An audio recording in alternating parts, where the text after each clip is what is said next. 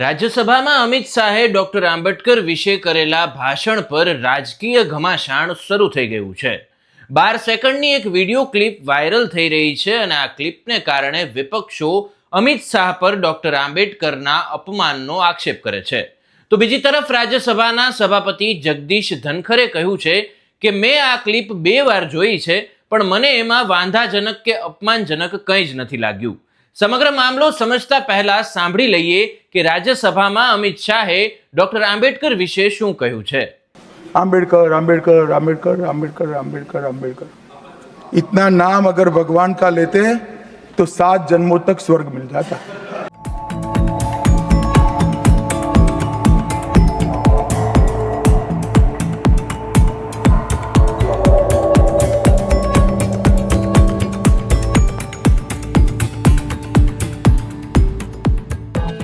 નમસ્કાર, આપ જોઈ રહ્યા છો ઓવર રાજકોટ અને હું છું આપની સાથે ORJ દક્ષિણી।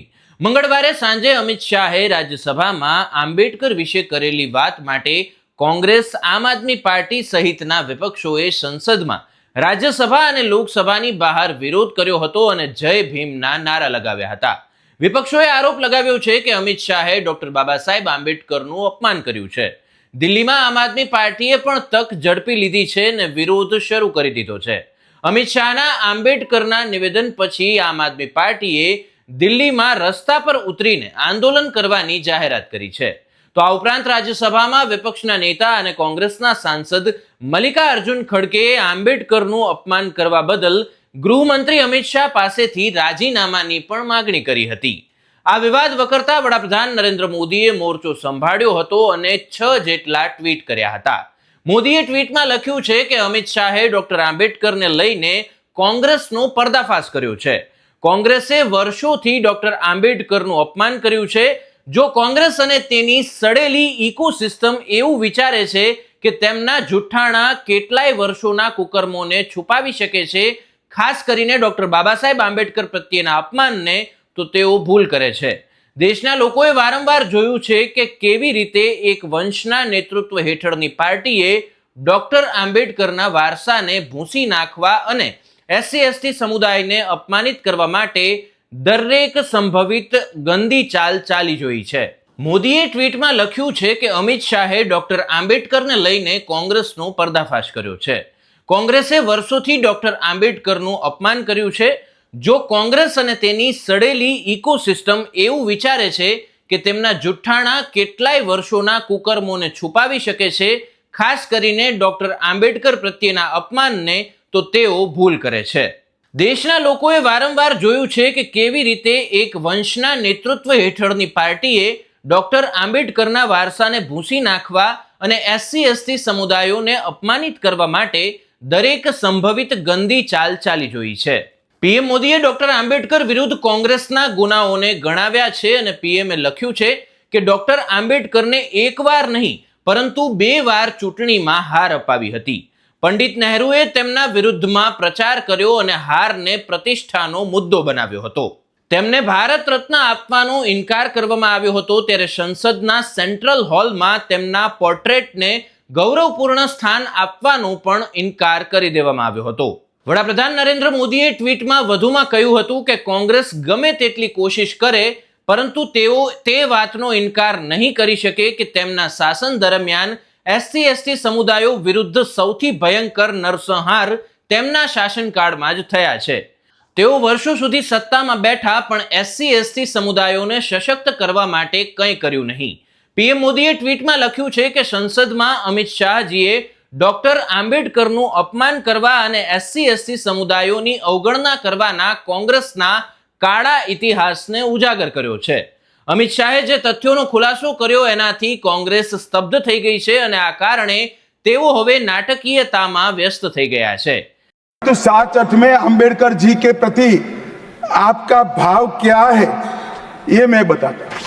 मान्यवर, आम्बेडकर जी को देश की पहली कैबिनेट से इस्तीफा क्यों दे दिया? आम्बेडकर जी ने कई बार कहा कि अनुसूचित जातियों और जनजातियों से हुए व्यवहार से मैं असंतुष्ट हूं। सरकार की विदेश नीति से मैं असहमत हूं और आर्टिकल 370 से मैं असहमत हूं।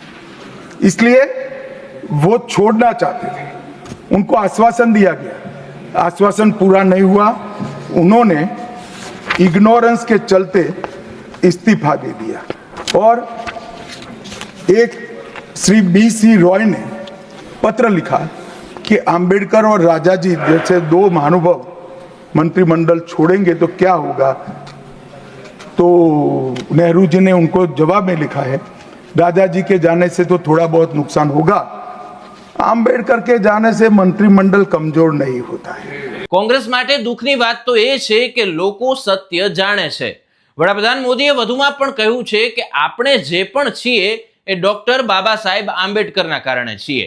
ડોક્ટર બાબા સાહેબ આંબેડકરના વિઝનને સાકાર કરવા અમારી સરકારે છેલ્લા એક દાયકામાં અથાક મહેનત કરી છે.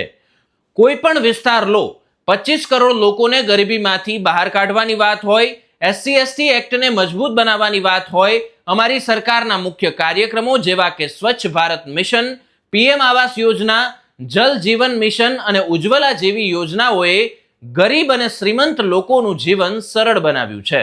આ વિવાદ મામલે અમિત શાહે પ્રેસ કોન્ફરન્સ કરીને સ્પષ્ટતા કરતા શું કહ્યું એ સાંભળી લઈએ.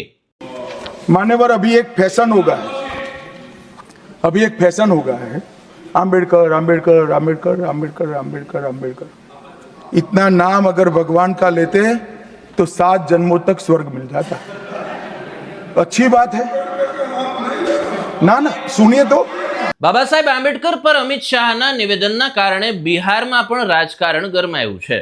આ સમગ્ર મામલે તારીખ 19 ડિસેમ્બરને ગુરુવારે સંસદના શિયાળુ સત્રનો 19મા દિવસે વિપક્ષના સાંસદોએ સંસદની બહાર પ્રદર્શન કર્યું હતું. કોંગ્રેસના સાંસદ રાહુલ ગાંધી અને પ્રિયંકા ગાંધી વાદળી કપડાં પહેરી અને પહોંચી ગયા હતા અને વિરોધ પ્રદર્શન કર્યું હતું. ઓડિશાના બાલાશોરથી ભાજપના સાંસદ પ્રતાપસિંહ સારંગી સંસદની સીડી પરથી પડી જતા તેમને માથામાં ઈજા પણ થઈ હતી. બાદમાં તેમને સારવાર માટે વ્હીલચેરમાં લઈ જવામાં આવ્યા હતા. ત્યારે સારંગીએ આરોપ લગાવ્યા હતા કે વિપક્ષના નેતા રાહુલ ગાંધીએ ધક્કો મારતા તેઓ પડી ગયા હતા. તેમણે કહ્યું હતું કે રાહુલે કેટલાક સાંસદને ધક્કો માર્યો, તે સાંસદ તેમના પર પડ્યા જેના કારણે તેઓ પડી જતા તેમને ઈજા થઈ હતી. તો બીજી તરફ RJD સુપ્રીમો લાલુ યાદવે ગૃહમંત્રી અમિત શાહના નિવેદન મામલે કહ્યું કે અમિત શાહ પાગલ થઈ ગયા છે, તેઓ બાબા સાહેબને નફરત કરે છે. અમે તેઓ બોલ્યા તે જોયું અને સાંભળ્યું છે. બાબા સાહેબ મહાન છે, તેઓ ભગવાન છે. લાલુએ વધુમાં કહ્યું હતું કે શાહે રાજકારણ છોડી દેવું જોઈએ, રાજીનામું આપવું જોઈએ અને ભાગી જવું જોઈએ. આ પહેલા બુધવારે તેજસ્વી યાદવે સોશિયલ મીડિયા એક્સ પર લખ્યું હતું કે ભાજપવાળા કાન ખોલીને સાંભળો, બાબા સાહેબ આંબેડકર અમારી ફેશન પણ છે, જુસ્સો પણ છે અને પ્રેરણા પણ છે. તો હાલ આ સમગ્ર મુદ્દાને લઈ અને સંસદમાં નિવેદનબાજી ચાલી રહી છે. ત્યારે હવે જોવાનું એ રહેશે કે આ વિવાદના પડઘમ દિલ્હી વિધાનસભાની ચૂંટણીમાં પડશે કે કેમ. ન્યૂઝ રિલેટેડ આવા જ વિડીયોઝ માટે હવે રાજકોટની YouTube ચેનલને સબસ્ક્રાઇબ કરવાનું ભૂલશો નહીં. નમસ્કાર.